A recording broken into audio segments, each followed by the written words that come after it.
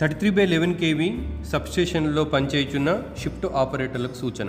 Daily సబ్స్టేషన్లలో 11 kV ఫీడర్లకు ఎల్సీలు ఇస్తుంటారు. జనరల్గా LC ఇచ్చినప్పుడు ఎల్సీ ఫామ్ నింపి బ్రేకర్ ట్రిప్ చేసి ఏబీ స్విచ్ ఓపెన్ చేసి 3 బ్లేడ్లు ఓపెన్ అయినవా లేదా చూసుకొని 3 ఎర్త్ రాడ్లు అవుట్ సైడ్ ఎర్త్ పిట్కు తగిలించి ఎల్సీ బోర్డు పెట్టి ఎల్సీ ఇవ్వవలను.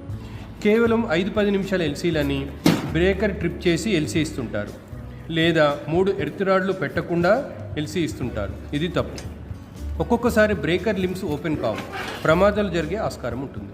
అలాగే ఫీల్డ్లో ఒక వ్యక్తి ఎల్సీ తీసుకున్నట్టయితే ఆ వ్యక్తి నుండి ఇంకొక వ్యక్తి, ఆ వ్యక్తి నుండి ఇంకొక వ్యక్తి ఇలా ఎల్సీలు తీసుకుంటుంటారు. ఇది తప్పు.